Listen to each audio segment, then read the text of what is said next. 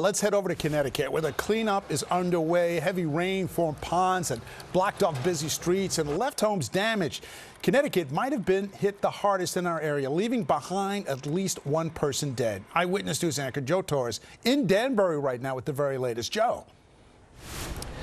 Yeah, David, there's a state of emergency here in the city of Danbury. We're located right outside the Berkshire Hills condo complex, and after what happened last night, might as well change the name to Berkshire Falls. We'll explain why in a moment. But this is Shelter Rock Road. We're right near the border of Danbury and Bethel. Last night, the water came cascading from the two buildings here, washing away just about everything that was in the path. And we just talked to the Office of Emergency Management, and they told us the big danger here was as the water washed away the landscaping, it exposed the natural gas lines, and that's what led authorities to immediately evacuate the people who are here. Take a look at this stone entrance here, and that gives you an indication of the power of the water that roared through this area last night, and there were scenes like this throughout Fairfield and New Haven counties.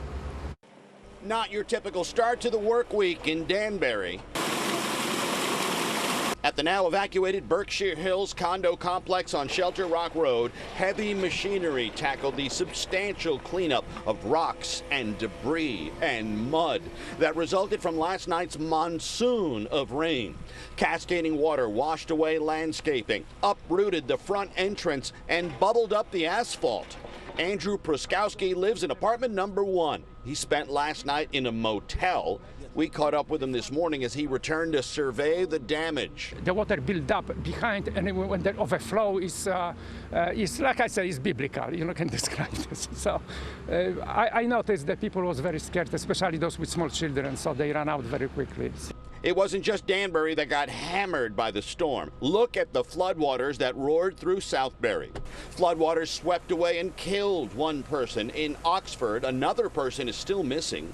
Emergency crews and first responders spent much of the night rescuing people from stranded vehicles, closing the impassable roads, and evacuating people from damaged buildings. Back on Shelter Rock Road, Andre Smith managed to escape the flooding and the damage, but he got a glimpse of how bad it was shortly after midnight. This road was still closed, and actually the road on the other side was completely flooded, like almost over the height of a car.